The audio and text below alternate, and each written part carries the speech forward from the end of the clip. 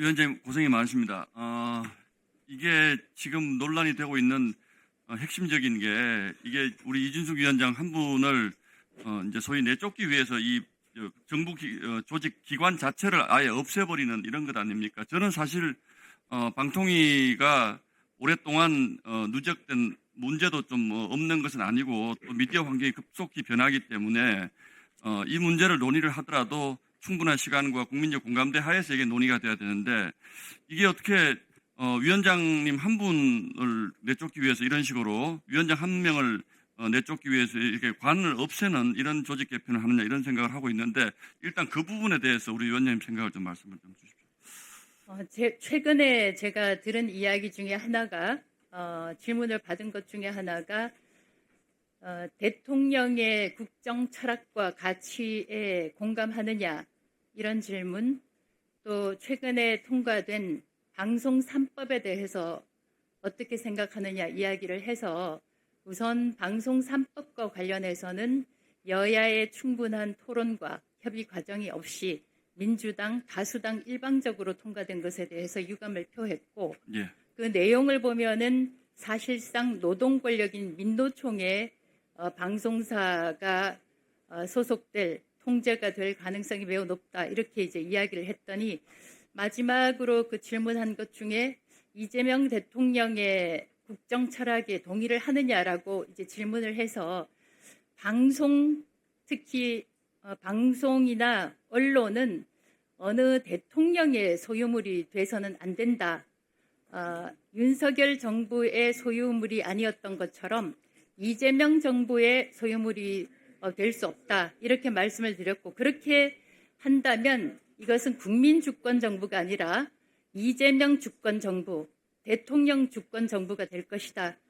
이런 취지로 말씀을 드린 적이 있습니다. 네, 그러면 혹시 이준숙 위원장께서 순순히 물러나셨거나 또는 저는 뭐 그래도 이 새 정부의 집권 철학에 일정 부분 동의합니다 정도의 타협을 하셨으면 이 방통위는 그냥 있었을 수 있었을까라는 생각을 해보셨습니까?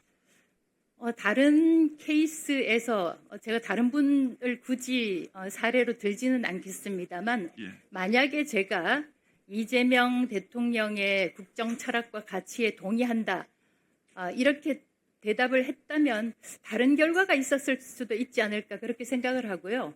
가정적인 상황이니까 제가 장담은 할 수 없지만 그러나 말씀드린 대로 방송 언론은 국민의 것이어야 되고 헌법과 민주주의 가치에 부합하는 것이어야 되지 어떤 특정 정부나 대통령의 가치에 부합해서는 안 된다.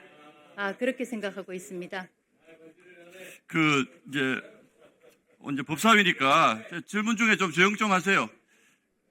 이제 조희대 대법원장이 세종 관련 학술 토론회에 가서 이게 법이라는 것이 이제 정권을 강화하는 쪽으로 쓰여서는 안 된다. 이제 이런 말씀을 하시잖아요. 저는 언론도 마찬가지라고 생각합니다. 그래서 방송 3법 통과 과정에서 지금 언론이 언론 개혁이라는 표현을 쓰시는데 저는 언론의 독립성이 굉장히 퇴보한 결국은 법이 이제 만들어졌는데 이 지금 새로 만들어지는 방송 미디어 이름도 방송 미디어 통신위원회라는 것은 어떤 문제점이 있다고 보십니까? 사실상 방송통신위원회와 방송미디어통신위원회는 그 직원이 30명 정도 늘어나는 것에 불과합니다.